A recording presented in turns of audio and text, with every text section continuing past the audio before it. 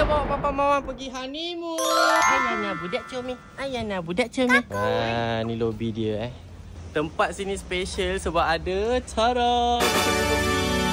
Wah, kita naik ni weh, nak pergi bilik kita. Tara pam pam pam pam. Bismillahirrahmanirrahim. Ya Allah. Tingkat dia sampai 5. Kita tingkat 5. Apa? Kita paling tinggi. Ayananya, Ayana. Ayana budak comelnya. Best tak, Ma? Best tak, Ma? Best. Best ke takut? Best. Tengok dekat bawah tu, ha. Tak nak. Alamak. Ay, papa kentut pula lah. Ya, tutup hidung Ayana. Musuh. Musuh bakso je. Oh, bakso. Wah, kita paling tinggi sekali weh. Cantiknya view dia. Okey, buka pintu, buka pintu. Oh, lemak sini.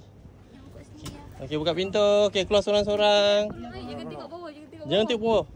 Okey, sorang-sorang keluar. Wah, seronoknya. Ikutkan boleh naik bagi, tapi kita mengadu nak naik lift kan, Ayana?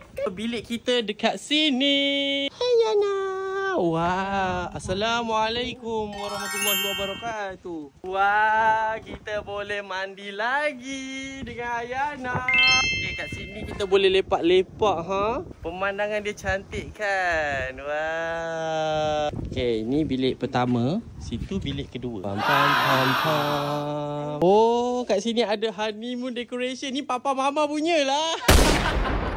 Okay, jom kita naik atas. Tinggi ke? Oh, dah sampai dah. Kejap je lah. Arah pam pam pam pam. Uyo, ni lagi cantik bilik dia Ni siap berkelambu, ha. Kat sini boleh tengok swimming pool kita. Wow, cantiknya. Wah, bilik honeymoon. Lepas tu kat sini ada bathtub. Okey, peluk. 1, 2,